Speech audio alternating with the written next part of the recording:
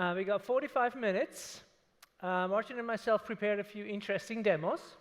We're going to go a little bit into the weeds and the details, if you folks don't mind. A few things. What is changing in AEM and why? So we'll talk a little bit, go into the more architectural side of things of changes that we're doing. New ways to work with AEM, right, versus the usual thing, the UI and the APIs that you know of and use today. And then how do you actually build websites? And Dak just gave us the product spiel, and we're going to go into more of the technical parts of what it means to do that. So, of course, it doesn't work. Fine. For developers, what is changing? And I know it's like starting with page views, and you're like, really? We're talking about developers, what's going on? We're all incentivized, and we have been for the last 15 plus years, to gear everything towards building websites that will attract more visitors, right? And given the shift, we now need to focus on what is it going to drive citations. And you feel like, well, I mean, same, right? Well, we'll get into that. It's not really same. There's some really interesting differences that I think is important for you as developers to know, particularly if your business colleagues will come along and say, hey, I want to make this change or this change. We'll get there. The other thing is, today, if you're really good, and I hope you are, you deploying new code every week. Thank you, amazing. Well done. I mean, we went from like monthly to like whatever in the last few years. And David mentioned it this morning when he was speaking.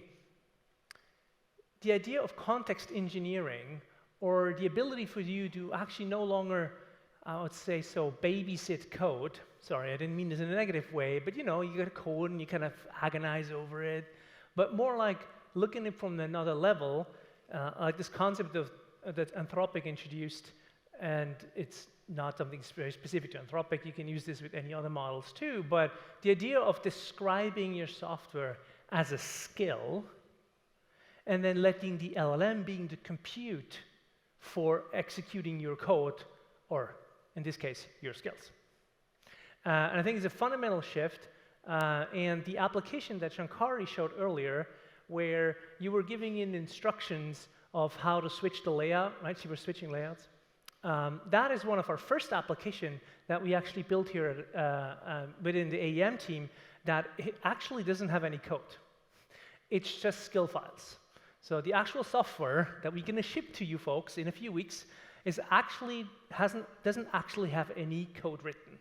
It's just LLM as a compute and a whole slew of skill files that are actually controlling what the software is doing. So it's a new way to build software, which is new for us, but I guess new for everyone. And we definitely want to welcome you folks to join us here as we're switching how we build our own software. Talking about APIs, OpenAPI, of course, over the last few years, we've invested heavily on the AEM side of things to make sure we have open APIs across the board for anything and everything you want to do, including eventing, right? I think we're still actually on it. We still haven't really completed everything, but I think we have a pretty good coverage at this point. And the next thing's coming along. I'm going to talk a lot more about MCP later, so I'm going to skip this for here, but I'm going to talk a lot more about that. The other thing is, and this comes much more closer to our heart, the whole point of a CMS is separation of concerns. You got content, clearly separated from design, clearly separated from code, right? So you create components, and then the abstract content. So in order to achieve scale within the enterprise, we want to separate those concerns. What is interesting now with Gen AI and just the features itself, we actually can now start to, again, maybe, back then when we did these Dreamweaver files where everything was in one file and it was like, what, really? But we can start to kind of blur the lines again, at least from the user experience perspective. Again, very carefully, but I chose my words very carefully here. We're not going to ask an AI assistant just to slap together code and content and design all in one file? No, we're not going to do that. I know a lot of folks love doing that, but we are not going to do that. But we are, at least from the user experience point of view, from somebody in marketing, you will be able to request changes across the modalities, which means across the separations that we have, and still keeping those separate in the way we manage them in the back. That's what I mean when we move from templates and components to, can you design me something like this? Or can you take this Figma file and just implement that in AEM? And it will do all things separate from each other as it's supposed to be, but you remain in control of the layers. So talking about which, the stack. At the bottom, we got our repositories. For those folks, I'm referring to them here as in generations. If you think of JCR, the way it is used in 6.5 as the first generation, the Oak repository as it is implemented in Cloud Service as second generation, and our combined offering that we have today with AEM and Adobe Commerce is where we use our cloud native storage for content store as, so to speak, the third generation. And of course, you might or might not have other CMSs, but this is the foundation that we have today.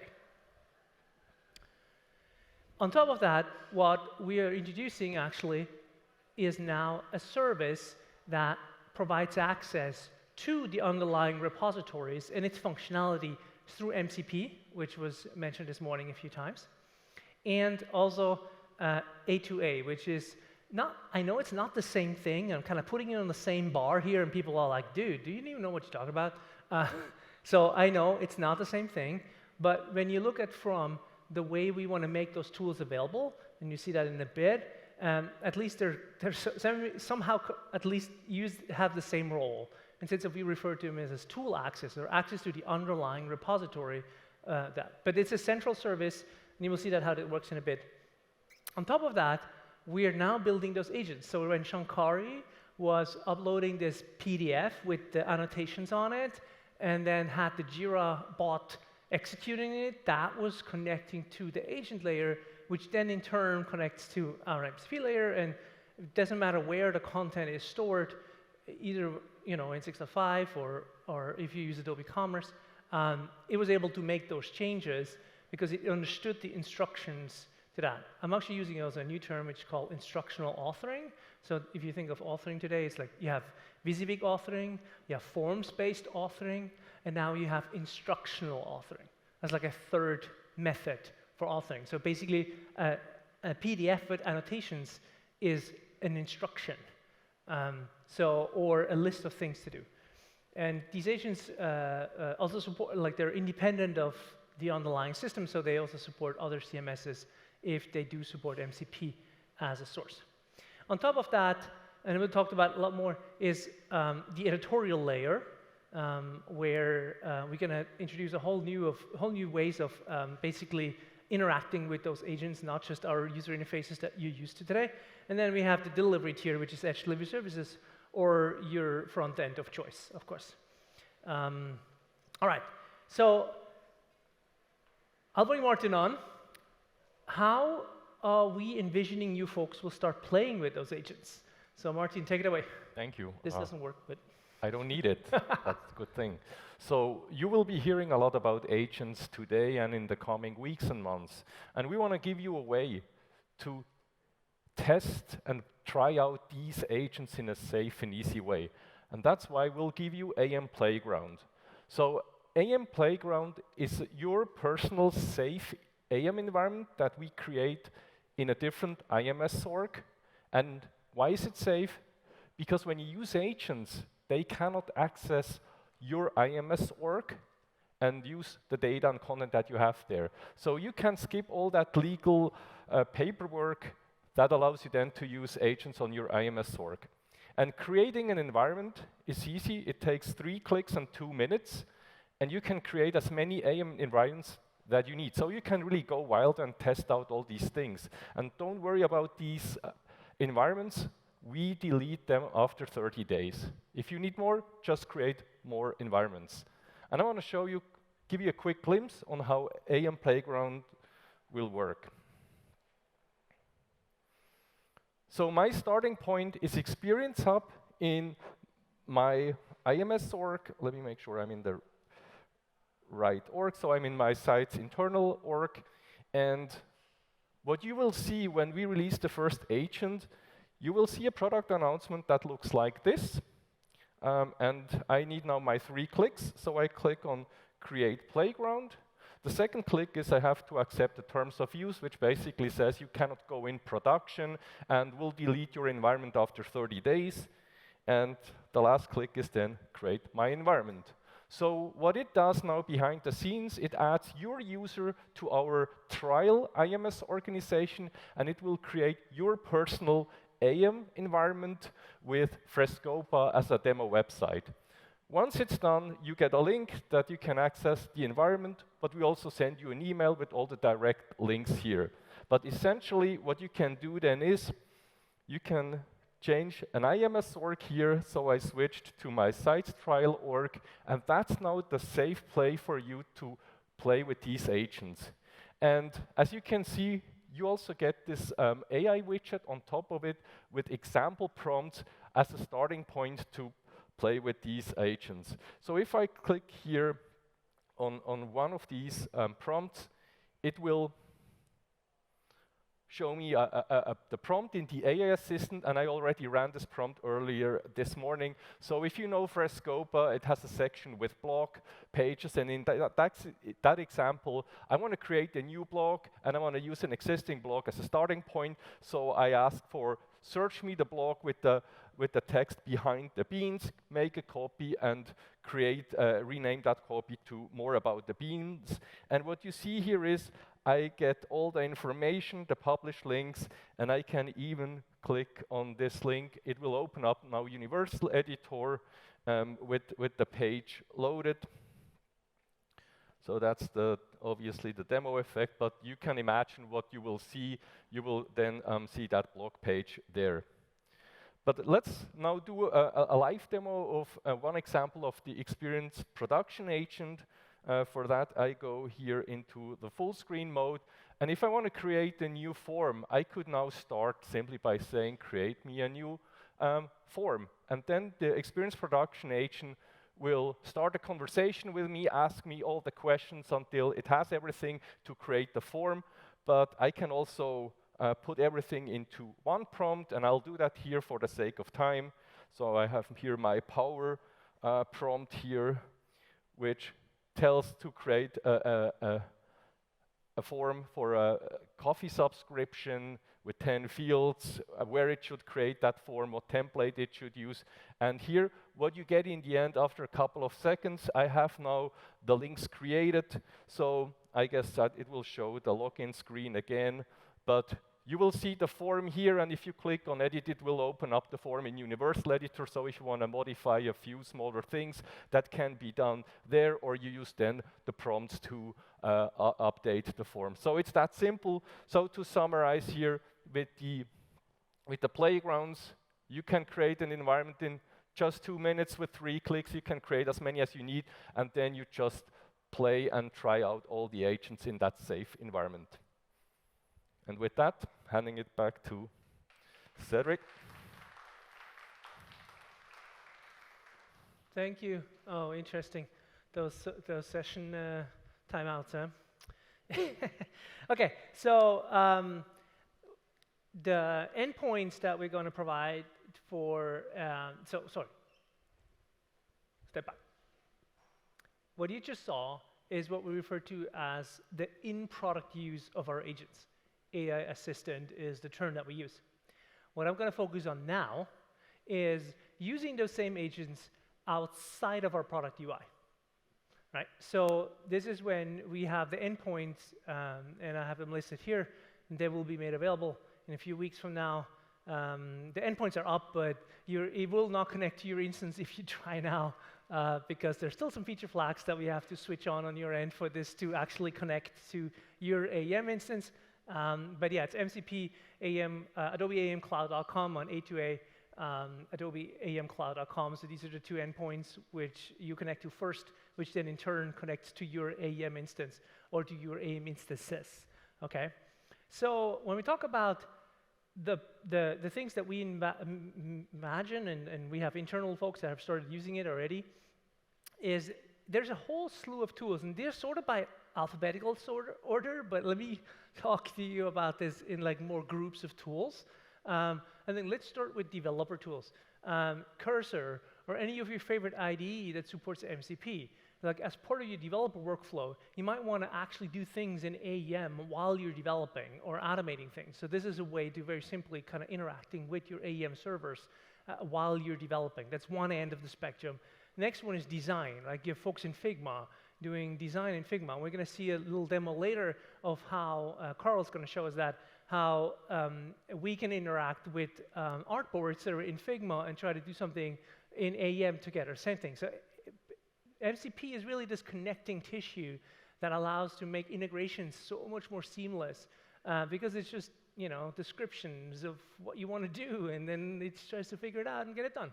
On the other hand, we have automation tools like Langflow or N8N and Zapier when you want to automate something daily, weekly, but you can then interact with AEM and start to automate that from the outside.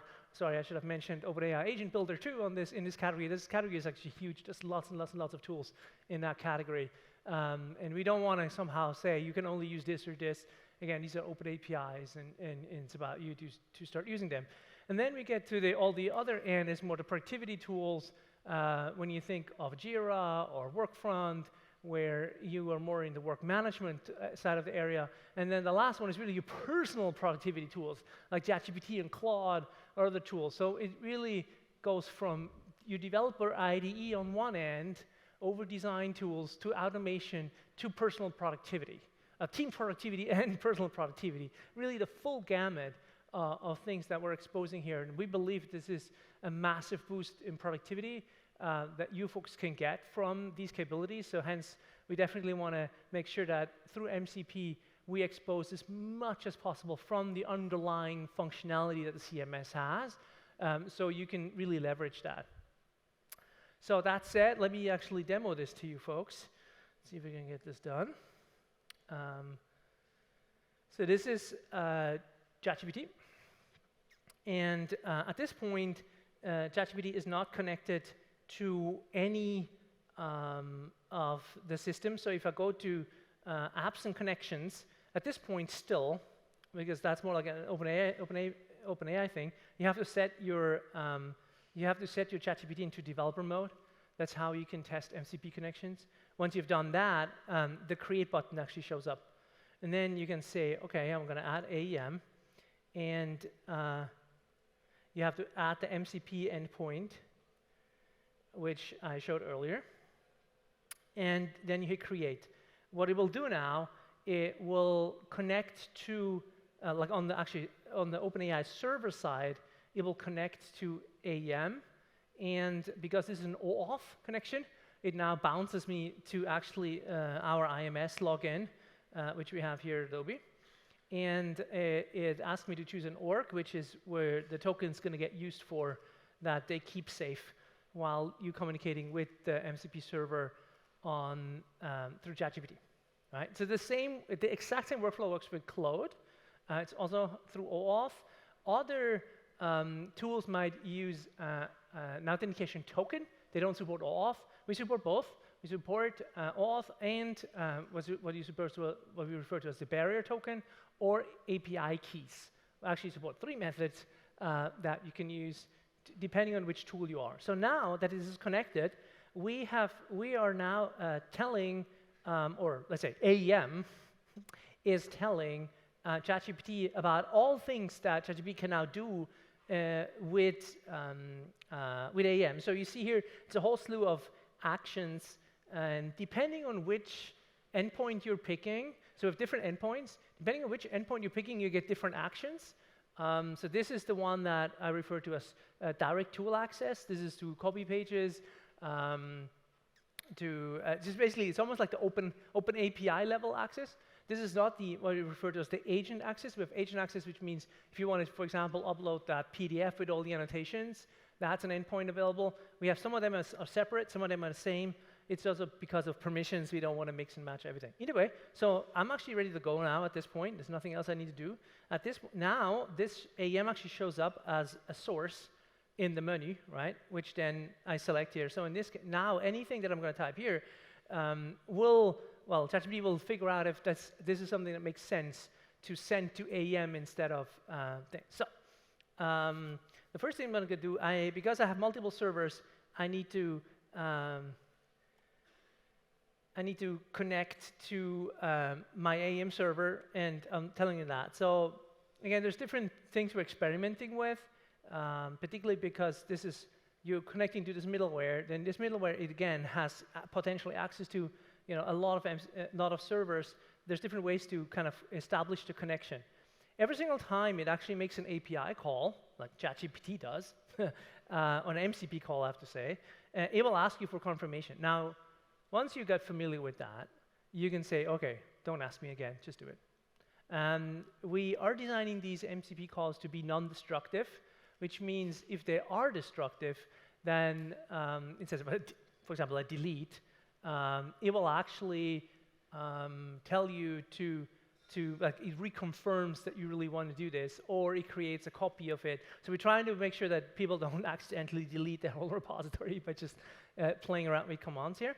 But at this point, it's selected the environment, which at this point, any other commands that I'm going to make so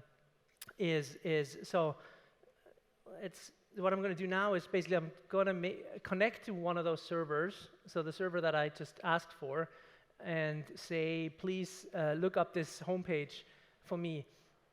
Now, you can make individual calls the way I was just doing this, where I'm just trying to like, hey, do this for me, do this for me. But as a next call, you will see that I can batch those. I can say, do this, then this. Like, you can give a whole slew of instructions in like one go, and it will figure out how to orchestrate that. So it gives me, for example, a link to edit this in Universal Editor, or so on, or it gives me other helpful suggestions of what else it could do for me, so you can kind of discover of what's possible. Now, having said that, I do want to edit this page, but not directly. Again, I want to use this, what I refer to as instructional authoring. I want to give commands of what changes that I want to do.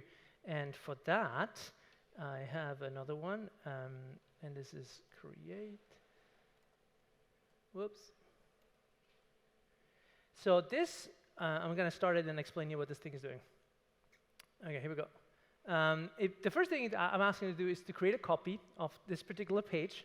And you also see in the command here that I'm no longer repeating the server, and I'm no longer repeating the page that I want to edit, because the prior command was just looking up this page. So ChatGPT knows that whatever I'm going to do next is about this page, unless I'm giving it different instructions. And then I'm going to confirm this. See, I don't even look at the action anymore, but I'll tell you later. But I ask for a copy of the page to be found in a certain folder with a certain name. Then I want to make changes to the actual page. In this case, where are we right now? I am still, I'm retrieving the content of the page in order actually to figure out what to change, right? Because, of course, the way so the API works like this. It downloads the content of the page, and then it makes a patch of what content to change, and then makes a patch command to write back, which basically patches the JCR, or the specific part of the content. And so now I'm basically going, patch AEM page content. So this is the patch command, and it will then change that. And that patch command, again, supports JCR. It supports document authoring and all the methods, because we've abstracted that from the layer here. So you can, whichever is your repository of choice, it will be able to apply those changes accordingly. And so this is interesting. So it happens again. See, so it does the patch command again. Like, why? Because the early attempt failed. So what you will see with MCP is that it makes a best guess judgment of how to make a certain call. It doesn't really know. It's just like, oh, maybe like this. In this case, it actually failed, But let's see if it learned from the failure. So we are also trying to send error messages back to the MCP server to explain, hey, you did this mistake, you forgot this. Like for humans, right? But in this case, actually, for the MCP server to understand what mistake it made with the call it made. So in this case, it was fixed and the change was applied, is done. So this is actually my AEM instance here. So I'm just going to refresh this quickly. So this is my home copy that was just copied over earlier. And if I'm editing this and opening the universal editor, you should see that the page, the content that I actually wanted to change was down here. So anytime ready for you is now. It was earlier called something else. It just patched this particular sentence there. Okay, so that's pretty much what it is. Now, again, we are we'll keep working on, and we're definitely looking for your feedback. What are the things that you would like to automate? Which tool do you want to use to automate it? But we believe that, again, the instructional authoring, so the ability for you just to give instructions is something that I think will change the way folks interact with the CMS. And they will use our UIs that we have much, much less, and I'm totally fine with that, as long as you are done with your whatever task you need to do, you're quicker, fair with me, so definitely something that we want to encourage. All right, actually, I'm bringing Martin back up. We're going to talk about, we'll stick with ChatGPT, but we're going to switch from the enterprise user, which, practitioner that I was bringing, to the end user, like your customers. Perfect. Thank you, Cedric. And so happy to talk about my second favorite topic, ChatGPT apps. Just kidding, but it's actually interesting that since the release of ChatGPT app a few weeks ago by OpenAI, it made some impact here. And because with these apps, a ChatGPT conversation can turn into an interactive experience with the brand. And you've seen in the keynote with Mark Schultz already how that looked like. So if you look at the typical customer journey, the discovery phase can now feel like I'm browsing my brand website within a conversation. And it does not have to stop there. Even if I make a decision that I want to purchase or convert something, it can happen directly in that conversation there. So while this is amazing for end users, it's also great for brands because they can capture and convert high-intent AI traffic when it happens. So really turning these discovery moments in a very frictionless way into conversions. But it also helps brand to control an AI presence because you can measure and control the interaction and the content that is being included in that conversation here. And ChatGPT apps is still in beta, it has not been released, but that creates an opportunity for you to become an early mover in this emerging channels, and I bet a lot similar applications will follow. So as soon as you start optimizing AI interactions, you can turn them into really performance channel and leverage that value. And I want to show you now how AEM can help you to build these ChatGPT apps in a very easy way. And for that, I'm using a co-innovation project we're doing together with our customer Bitdefender, who you probably know as a cybersecurity company. So I'll go into my ChatGPT version, and I start creating my intent that I want to have an antivirus solution for my laptop and phone that also has VPN. And similar to what Cedric showed, I already pre-selected Bitdefender as the tool that ChatGPT should use. If I don't that, ChatGPT will go through all the apps and see if there's a matching app for my prompt here. And I think you can imagine what will happen now. The conversation between ChatGPT and the app starts, and I don't get just a long list of text and links. I get this very nice interactive experience here where I can now look at options and I can even start a trial directly here in that conversation. Now let me show you how we've built that. And because it's a co-innovation project, it means we're building out production-ready code that you guys then can use on your projects as well. And so the first thing what we've done is we implemented the apps SDK and created our own boilerplate that you guys can use to build your own apps. And I want to show you a couple of highlights of that boilerplate. For example, you get here your customer-facing MCP server where you expose your website actions to LLM, to ChatGPT, and that MCP server will automatically get the tools from the actions from this folder here. And for Bitdefender, we have two actions here. We have the search product where it will first retrieve a list of products, and then ChatGPT will also run the second one here to create that nice experience here. And so for both of these actions, you have here a file called index.ts that defines the tool. So you have the tool definition up here. But the interesting part is if I go into the render product action, we also have a folder widget, because this action also comes with this nice, beautiful rendition of the products. And what we see here is we'll have a template.html file. So let's take a look, and we'll have 4 lines of code here, or I would say even just 2 lines. And if you look at this one here, it might look familiar to you, because this is a natural service page. So if I open this one in the browser, I get exactly that page that was embedded in widget. So it's a natural service page inside of ChatGPT. So how did we make that? We turned this page into a web component. And that was 1 line of code here. AEM embeds turns this page into a web component.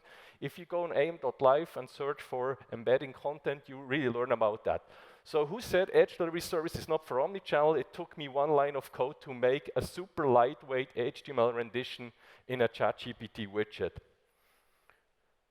Plus, because it's an Edge Delivery Service page, I can click on Edit, and I can now author the content. And what you will see is we'll have just a title and a block.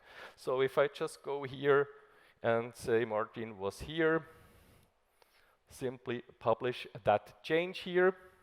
And if I go back in my ChatGPT app and I have disabled caching here, if I refresh the page, I get this update here. So that's simple.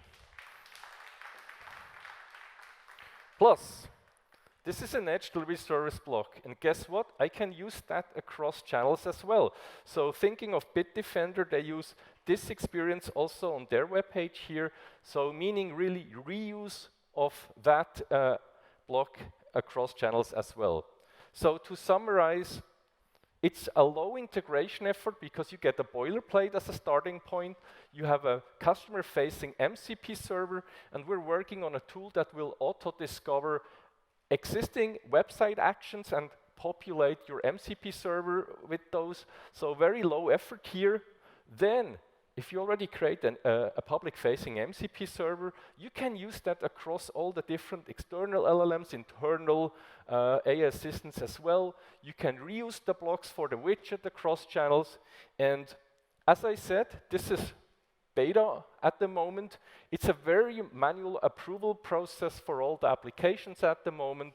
But this gives us now really time, or the brand's time, to discover what you can do with these apps and prepare your website, that once the marketplace for these apps open, you will be ready with your website that LLMs can interact directly with your MCP server on your website. And if this sounds interesting to you, maybe you can become our next co-innovation project. Just reach out to you and we'll happy to work with you on that. Good, thank you. All right, do we still need websites? I had to ask the question. So of course we still need websites. That was obvious, hopefully. So in the next few minutes, 10 to be precise, I am going to walk you through how LLMs work, because I know we use ChatGPT a lot and Gemini and others, but how do they actually work? And you're in for a treat, because I'm going to give you the most detailed version ever that I presented publicly, and at least from what I know about this. So we'll see, and you folks can teach me a little bit more later, but at least we got that level set. Next thing is, what is the content on your website that gets cited the most? Well, we talked about from page views, we're going to move to citations. Okay, so we need to really understand what drives citations for my brand, because that is where your content strategy starts. And then, of course, how should I publish content in the future to that effect? Okay, so let's start with, and I'm going to stay here because this is a build while that happens. So for a lot of folks, you know, when they use ChatGPT the first time, you type something in and the answer comes out and it feels like magic. And I think still to that effect, years later, I still sometimes think it feels like magic, even though I do believe I understand what's actually happening behind the scenes. Needless to say, for you folks, for all of you folks, developers, designers, content strategists, who name it, if you're involved with your brand in some shape or form in outside communication, you need to understand that, because that is the essential knowledge to optimize for anything you do, wherever it shows up or not. And so when you type a query in ChatGPT, the first thing that happens is it goes to a classifier. A classifier means it's a piece of ML model that actually figures out, is this something that I already know and I'm confident, and I'm talking in the language of the LLM, like I'm the LLM, like that I know, that I'm confident that I can reply to, and it will not be something that is hallucinated and is completely off. That is the hardest part of the LLMs today, to figure out whatever they guess they know or not.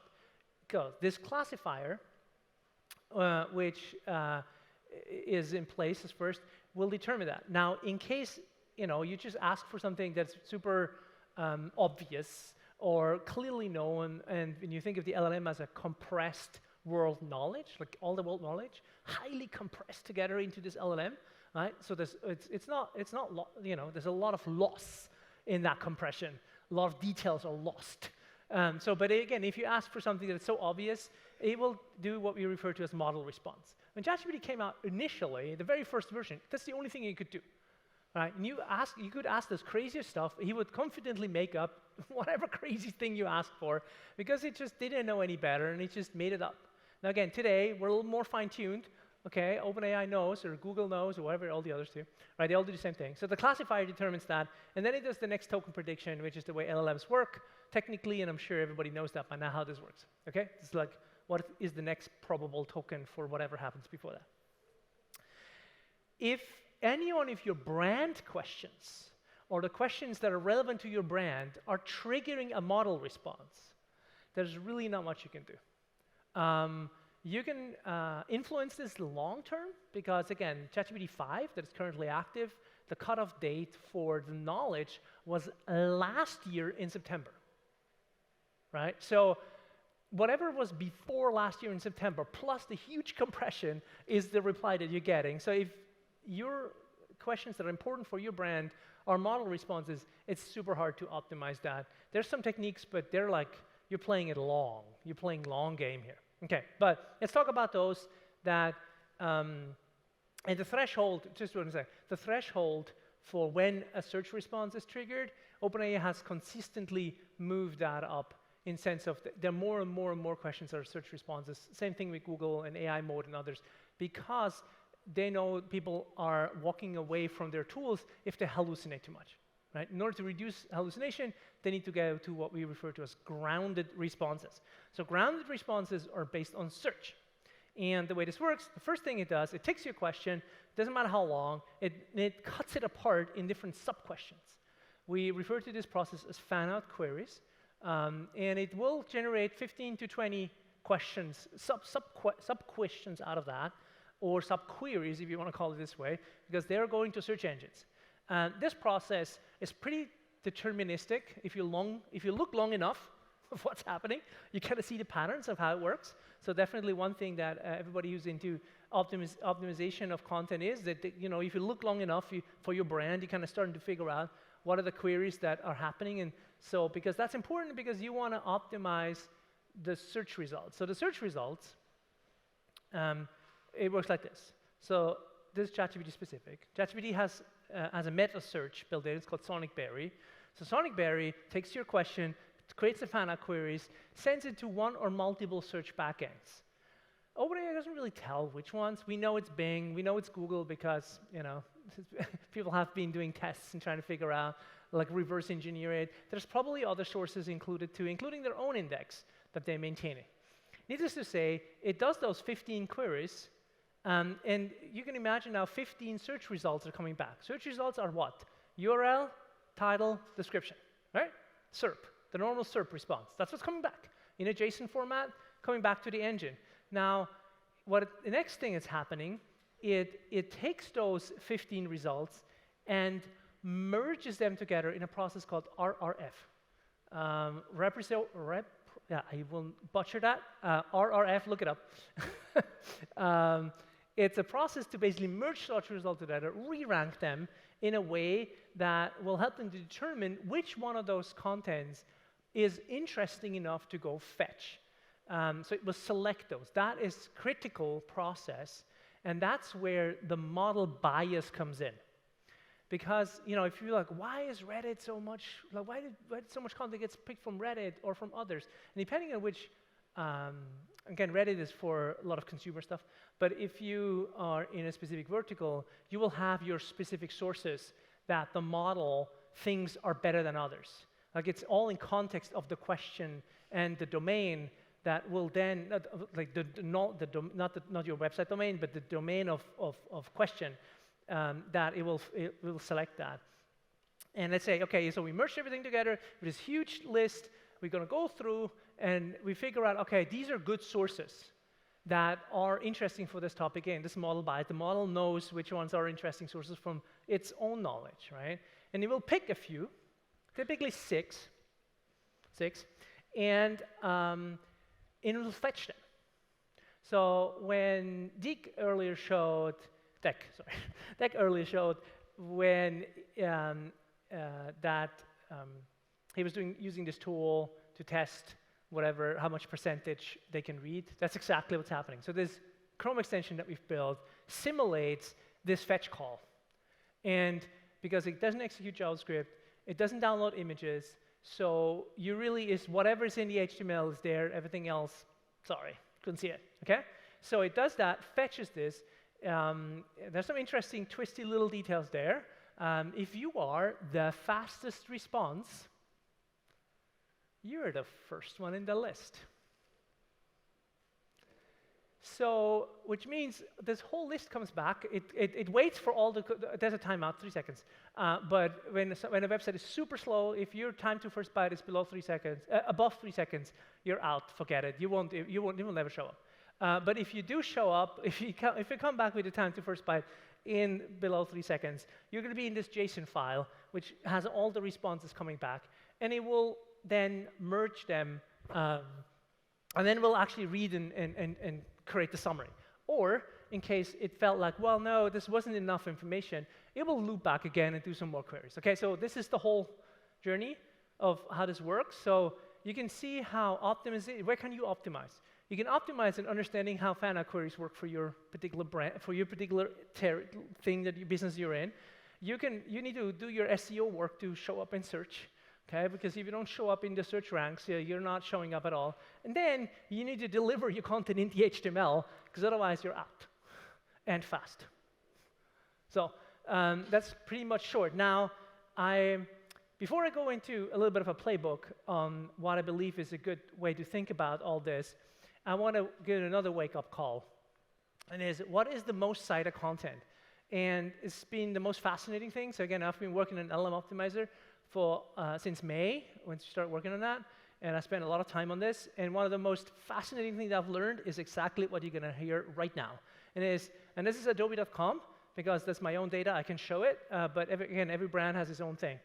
So one of the most cited, or citation attempts, cited documents on Adobe.com is a PDF that it's called The State of Creativity 2024. I'm telling you, if you go visit Adobe.com, you will not find this PDF. But it is the most downloaded and cited document on our website. So you see how fundamentally this is different the content that gets chosen, the content that is in high rotation in the LLMs is not the same content that your users visit on your website because you put it in front of them. Like, because you choose what's on the homepage. You choose what's on the category page. Of course, that's what they visit because you choose it. Here, it is not your choice which content's being shown. The LLMs will choose which content is the most interesting one. So, I'll give a few more examples. On developer.adobe.com, the most cited document is the PDF specification. When is the last time you read this PDF specification? So, right, why?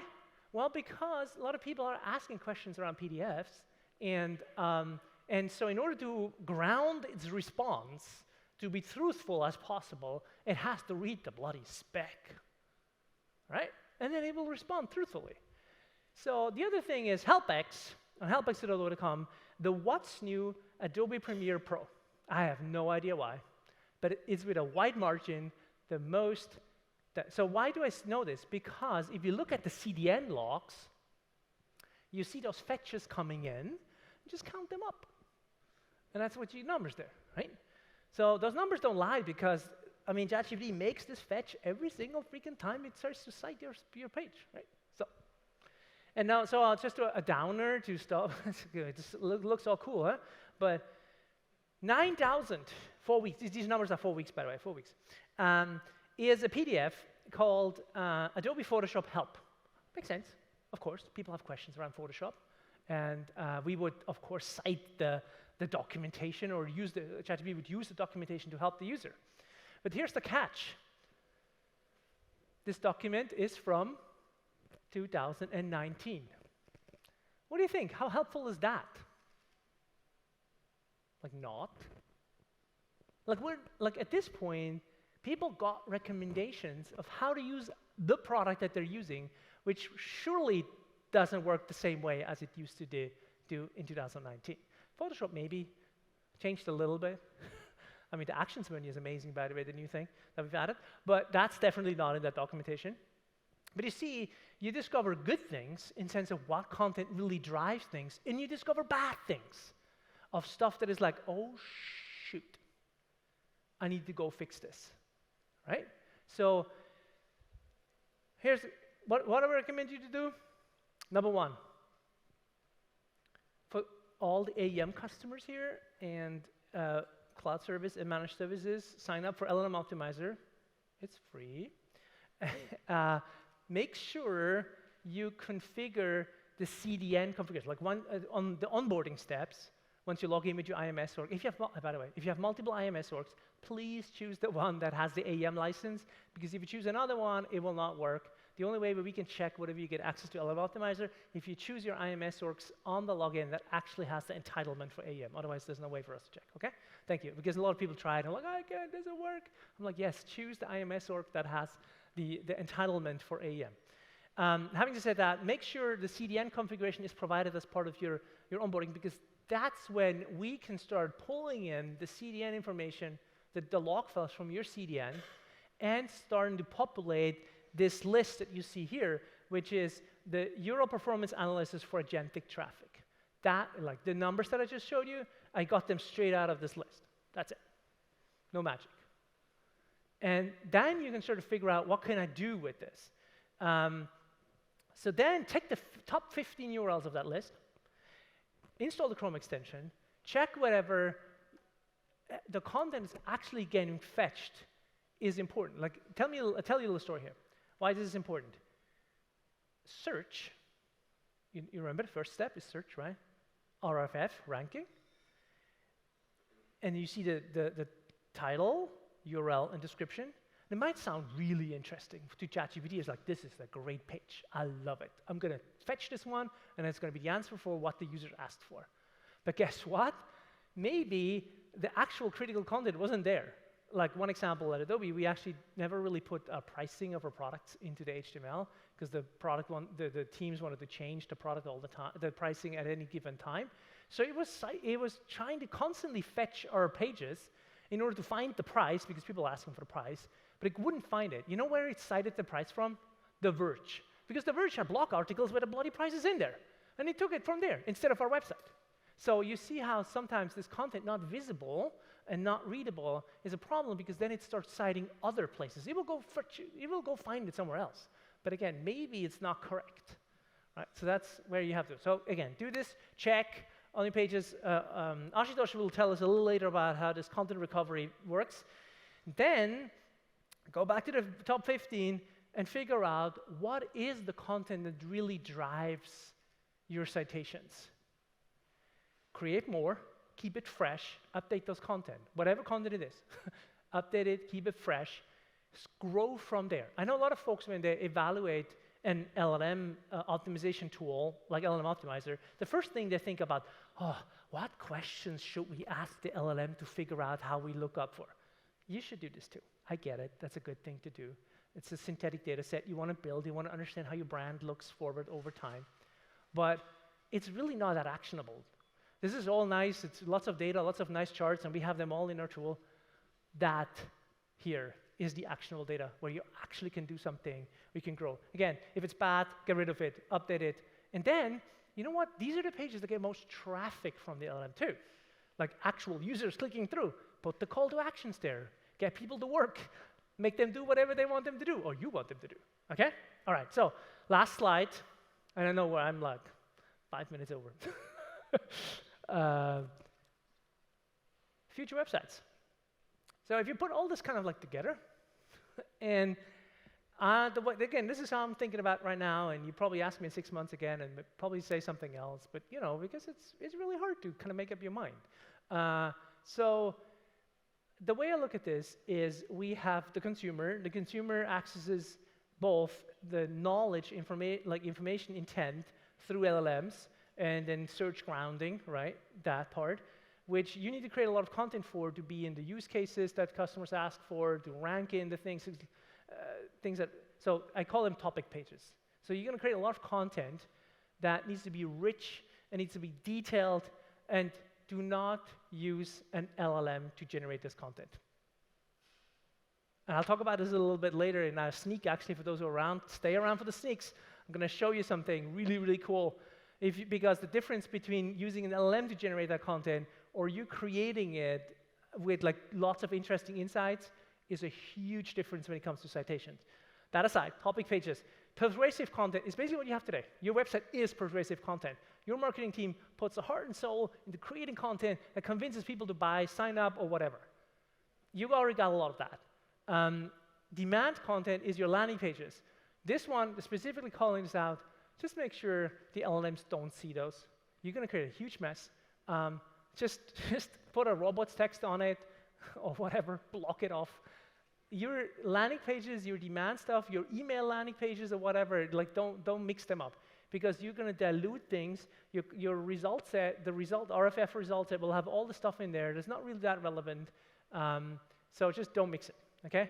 And then the actions. Martin was talking about actions. How to bring actions into ChatGPT. How to be actions. So this is going to be the most interesting space next year. There's multiple vendors. One of them I just talked to a while ago. It's called Parallel Web. But they're basically collecting all the actions that are happening on the web, trying to make this available to agents. So we're going to have a whole economy around actions on websites to disintermediate the brand. Yes, you heard it here. But of course, at the end of the day, what counts is your outcome, like your business outcome. And the more you can make those available through those, I guess, intermediary layers that will make them, again, available to agents, like in future versions of Siri, or, again, future versions of ChatGPT, which is just an earbud. And so, yeah, so you really want to make those actions available in a way to do this. So that concludes my part. I know we're like way over, and it's break time. Thank you.